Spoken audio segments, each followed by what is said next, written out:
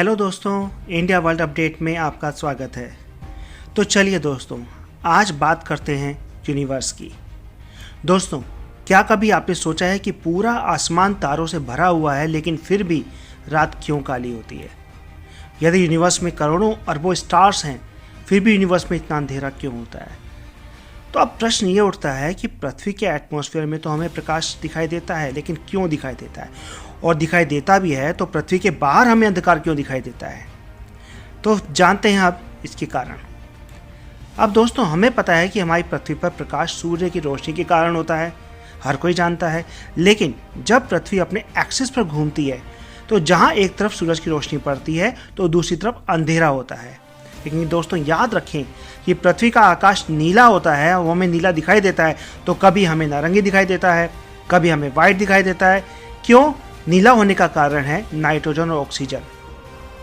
तो हमारे एटमॉस्फेयर में ऐसे बहुत सारे मॉलिक्यूल्स होते हैं जो सन से आने वाली रेज को, लाइट रेज को, ब्लू और वायलेट कंपोनेंट्स को फैलाते हैं। अब आप सोचोगे कि कंपोनेंट्स का मतलब यहाँ पर क्या है, तो सुनो दोस्तों, सनलाइट दिखती तो वाइट कलर की जरूर है, लेकिन ये 7 अलग अलग colours violet, indigo, blue, green, yellow, orange और रेड, जिसको हम विबग्योर से भी संबोधित करते हैं, से मिलकर बनती है, जिन्हें सनलाइट के कंपोनेंट्स भी कहा जाता है। अर्थ के एटमॉस्फेयर में बहुत सारे एयर मॉलिक्यूल्स होते हैं। इसे जब प्रकाश इन मॉलिक्यूल से टकराता है तो वो चारों ओर फैल जाता है और तब हमें प्रकाश दिखाई देता है। अब अगर हम बात करें यूनिवर्स की, यूनिवर्स का मतलब है आउटर स्पेस, तो वो तो पूरा अंधेरे से भरा हुआ है। प्रकाश यूनिवर्स में 1,86,282 मील प्रति सेकंड की स्पीड से ट्रैवल करता है, लेकिन आउटर स्पेस में किसी भी प्रकार के कोई मॉलिक्यूल्स नहीं होते, वहाँ सिर्फ वैक्यूम है। हमारी आंखों में प्रकाश बिखेरने के लिए, उसको फैलाने के लिए स्टार्स और प्लैनेट्स के बीच में कुछ भी नहीं होता, जिसमें प्रकाश फैलता नहीं है और यूनिवर्स में हमेशा अंधेरा रहता है। और आंखों तक रोशनी ना पहुंचने से हमारे आउटर स्पेस हमें काला दिखाई देता है। लेकिन दोस्तों, क्या सिर्फ एक यही कारण है? नहीं दोस्तों, वैज्ञानिकों को सदियों से यह सवाल परेशान करता रहा है कि अगर यूनिवर्स में बहुत सारे तारे हैं तो वहाँ अंधेरा होता क्यों है। अब हम ये मानते हैं कि यूनिवर्स लगातार बढ़ रहा है, इसमें चीज़ें बदलती रहती हैं। आज से 15 अरब साल पहले बिग बैंग नाम के एक धमाके से हमारे यूनिवर्स का जन्म हुआ, जिसके बाद से लगातार बढ़ रहा है और इस कारण हमारे तारे और गैलेक्सियाँ एक दूसरे से बहुत दूर होते जा रहे हैं।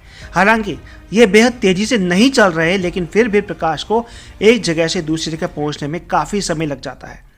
जब साइंटिस्ट 10 लाख लाइट ईयर दूर मौजूद किसी गैलेक्सी को देखते हैं तो असल में वो उस गैलेक्सी का वो रूप देखते हैं जो 10 लाख साल पहले वहाँ पर था, क्योंकि आज इस गैलेक्सी से जो प्रकाश निकला होगा उसे हमारी आंखों तक पहुंचने में बहुत समय लगेगा।